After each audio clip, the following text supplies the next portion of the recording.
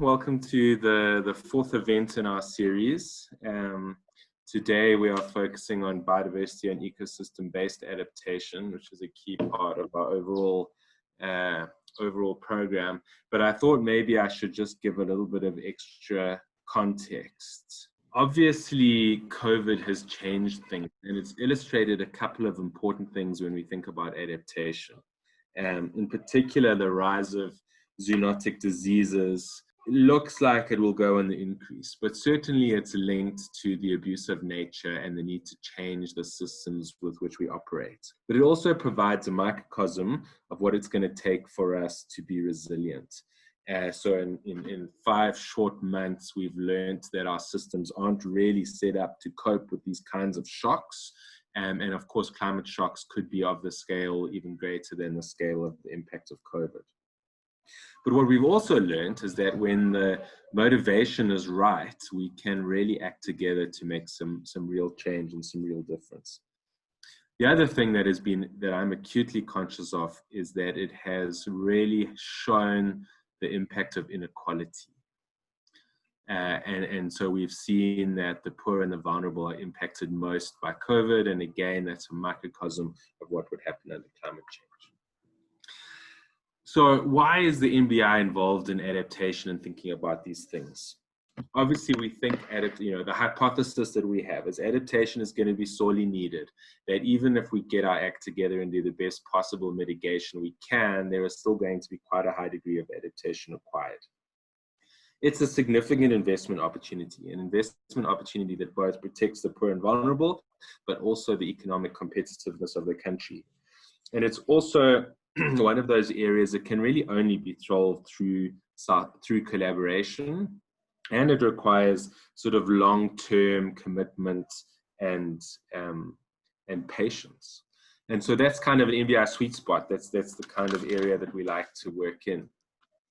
And so we started this 3-phase project working with SANBI, and SANBI are important in the space, both being an accredited entity to the GCF, but also probably one of the most busy and effective entities operating in adaptation and climate change. So we're really pleased with this partnership.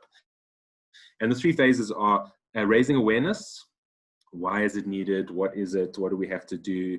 And identifying projects that we can collaborate together on, and then implementing.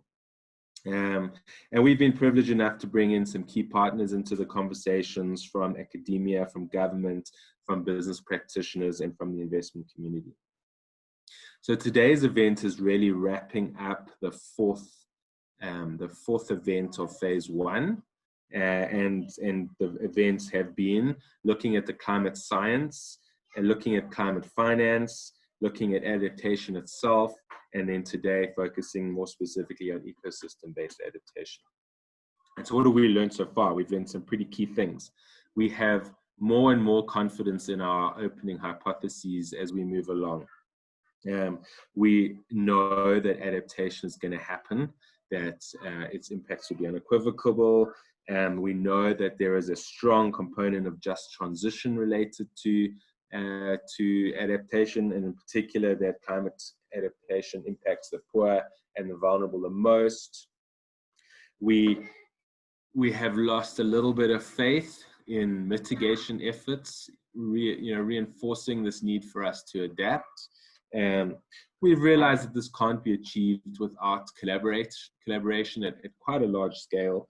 And we've learned that developing the kinds of projects that can be financed and that can be effective takes time and patience. So you can repeat some of these lessons. So all of the previous sessions have been recorded and are available online. And I invite you to go to the NBI website on the videos page to watch longer videos of each event, but also short highlight videos. And so some early conclusions around what these projects should need to look like. And I've kind of mentioned this before, that our ambition has changed over time. We've gone from thinking of doing a few small adaptation presentations to really wanting to develop some big $150 million presentation projects. Let's do this right. Let's really find great partnerships that we can really do at scale and invest wholesale in the country. And those projects will have to be inclusive. They'll have to be inclusive of people in communities. They'll have to be inclusive of practitioners, government, business, and finance.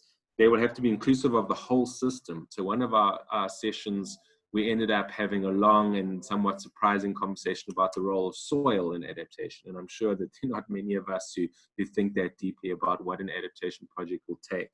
And that's a big part of putting all of these people together, as to start saying, what do we know? How are we going to put these projects together? How are we going to structure them? How are we going to finance them? Who's going to implement? And these are the kind of project ambitions that we have. And above all, these projects have to be rooted in good and solid science. So we invite you to join the NBI and SANBI and all of our other partners in this process. We invite you to think about the projects that you are doing within your business that you may not even be framing as adaptation. So a big part of these opening sort of education awareness sessions is for us to be able to understand what does adaptation constitute and how can we start bringing aspects of our projects, aspects of our core business into a broader view of what a big fundable project would be like. So yeah, please join us. As we say, the NBI is for the committed. And so we hope that you will commit to this journey and to the objectives of our adaptation work together. And we look forward to working with you a lot more. So again, welcome to the event.